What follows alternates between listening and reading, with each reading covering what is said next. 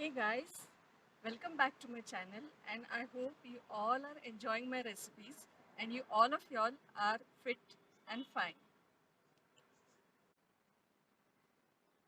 So a few days ago, I was just going through some pictures of this beautiful country, Italy. It's amazing, it's absolutely beautiful.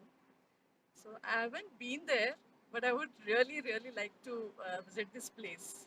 It's absolutely beautiful, and the landscapes, its cuisine, it's just wonderful and mesmerizing. I really like that place, really. So today we will be enjoying Italian garlic onion soup, which is creamy, yummy, and also absolutely delicious. And I'm just in love with this soup. Absolutely. It's really very tasty. So the ingredients which I have used in this recipe might be already available in the kitchen. They are just simple ingredients which I have used.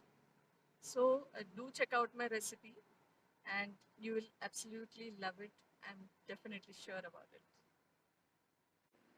So eat what you like and be happy and keep liking and sharing all my recipes and do subscribe my channel if you haven't still subscribed my channel.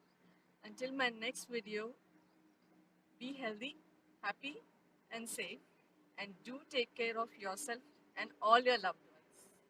Bye bye. Take care. Bye.